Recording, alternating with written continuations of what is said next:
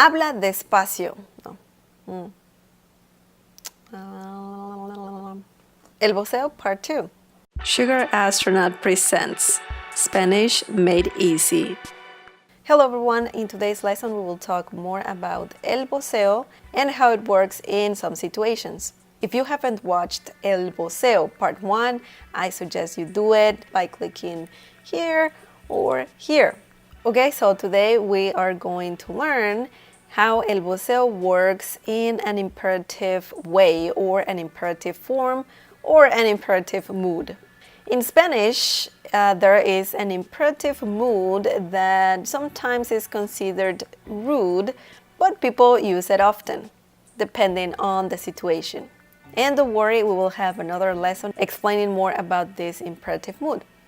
Today, we will only talk about how El Voseo and the imperative mood work together. So maybe you wonder how the imperative mood works. The Spanish imperative mood is a little complicated, but we're gonna simplify it. Let's see some Spanish imperative mood phrases. Camina despacio. Camina despacio. This means walk slowly. Dame eso. Dame eso. This means give me that. Or dime algo. Dime algo. Say something. So how El Voseo works with this imperative mood? It works this way. The only thing you need to do is first you need a verb. So let's have actually 3 different verbs on the screen. One will be hablar, the second one is comer, and the third one is vivir. Okay, let's remove the letter R from the verbs. That will be the last letter. And let's add an accent mark on top of the last vowel. So it reads this way. Habla, habla. The second one is come, come. And the third one is viví, viví. Okay, now let's see some examples.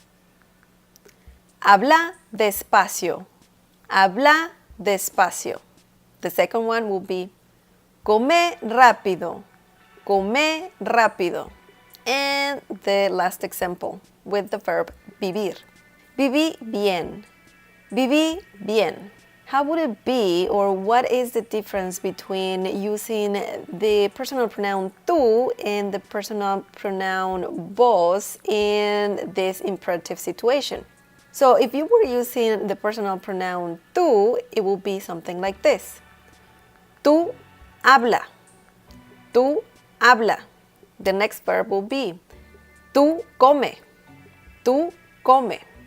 And the last verb will be tú vive. Tú vive. Can you see the differences? I can see that the intonation is completely different between the two conjugations. As you can see, when using El Voseo, you need to remove the last letter R and then just leave the last vowel and just add an accent mark on top of each last vowel. Now, maybe you're wondering how this works with irregular verbs. Well, I have good news for you because nothing changes. You can use irregular and regular verbs in the imperative way just by removing the letter R and leave the last vowel and add the accent mark on top of those vowels. So that's pretty great. Now let's see some examples with irregular verbs. Let's do the following irregular verbs. Ser, salir, and tener. The conjugation of those verbs when using the personal pronoun tú would be the following. And using the imperative mood, don't forget about that. Tú sé, tú sal, tú ten. That's the conjugation for those verbs using the personal pronoun tú in the imperative way. Now let's use vos. Vos sé, vos sé, vos salí, vos salí, and vos tené. Vos tené. So the only thing we did was pretty much the same thing. Just remove the letter R from the verbs and add the accent mark on top of the last vowel. Now let's see some examples of how these 3 verbs work in a sentence. Sé un poco razonable. Sé un poco razonable.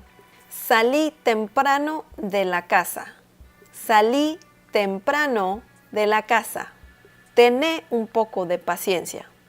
Tené un poco de paciencia. Okay, now let's talk about a prepositional pronoun that el Voseo doesn't use, but other Spanish-speaking countries do.